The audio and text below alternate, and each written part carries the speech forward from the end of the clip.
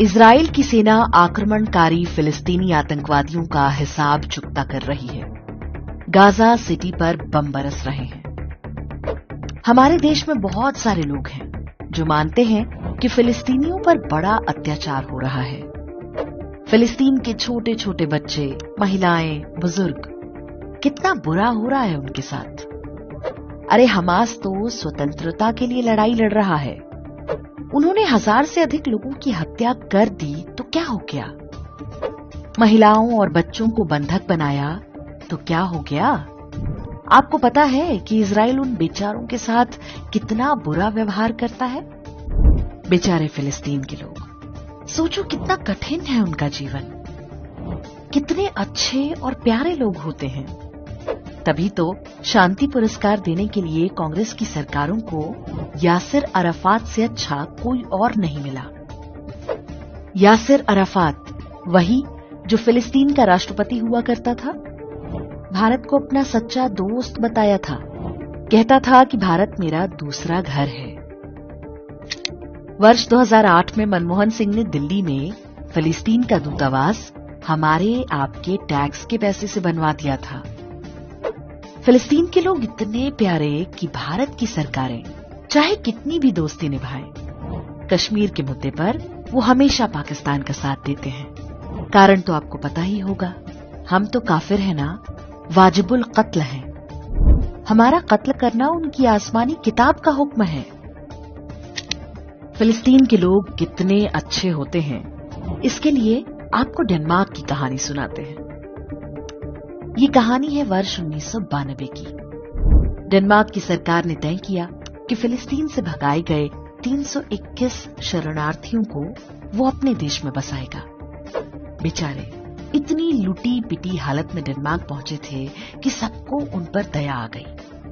पहली बार हुआ कि डेनमार्क की संसद ने विशेष कानून बनाकर 321 फिलिस्तीनी शरणार्थियों को डेनमार्क की नागरिकता दे दी। तो उन 321 लोगों ने डेनमार्क की सरकार और जनता का बहुत धन्यवाद किया होगा।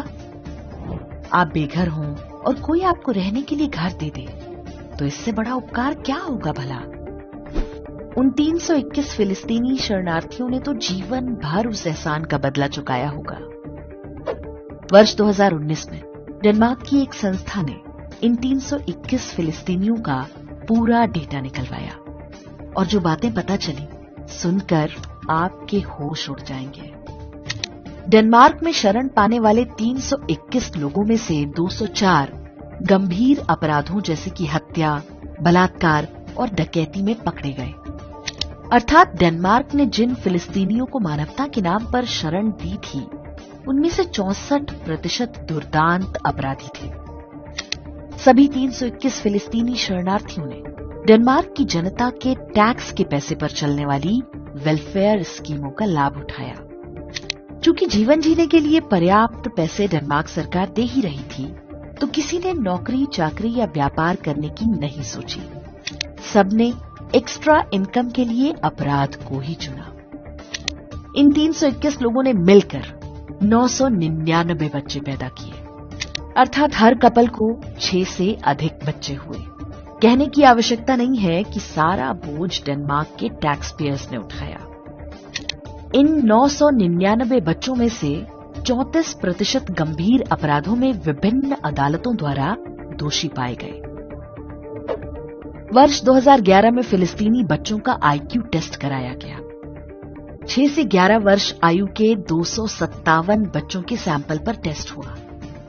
औसत रहा 85, यानी औसत से बहुत कम।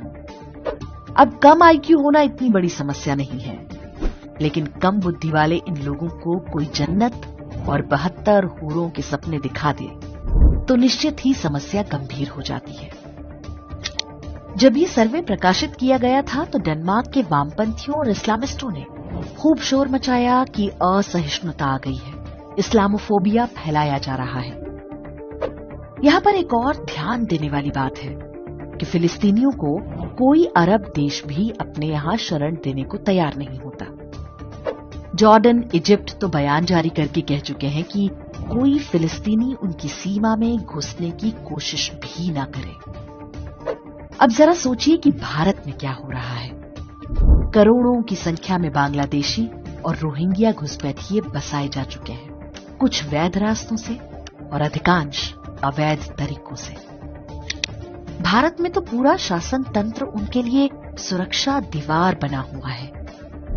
राजनीतिक पार्टियां और अफसर इन घुसपैठियों के आधार कार्ड और वोटर आईडी बनवाती हैं। पुलिस वाले घूस लेकर फल सब्जी के ठेले लगवाने में सहायता करते हैं। मीडिया उन्हें बेचारा और सताया हुआ सिद्ध करता है। देश विदेश से फंड लेने वाले एनजीओ गरीबों की सहायता के नाम पर रोहिंग्या कैंपों पर ही सारी मानवता उड़ेलते हैं। म्यांमार से आकर लाखों रोहिंग्या जम्मू में बसा दिए गए, लेकिन किसी को कानों कान पता नहीं चलने पाया। और जब पता चला तो सर्वोच्च न्यायालय उनकी रक्षा में खड़ा हो गया। दिल्ली समेत देश भर में आज अपराध की जो घटनाएं अखबारों में छपती हैं, उनमें से बड़ी संख्या इन्हीं बांग्लादेशियों और रोहिंग्याओं द्वारा होती है। लेकिन हमारे देश में अपराधों के समाज शास्त्र पर कोई बात नहीं होती। नेशनल क्राइम रिकॉर्ड ब्यूरो यानी एनसीआरबी जैसी संस्थाएं कभी इस बात के आंकड़े जारी नहीं करती कि गंभीर अपराधों में इन मजहबी घुसपैठियों का कितना योगदान है।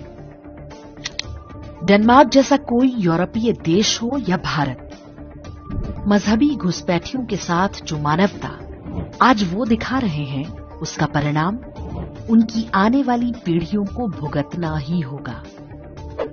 मानवता और मानवाधिकार मानवों के लिए होते हैं, उन ज़ॉम्बीज़ के लिए नहीं जिनकी आसमानी किताब ने ही उन्हें चलता फिरता मानव बम बना रखा।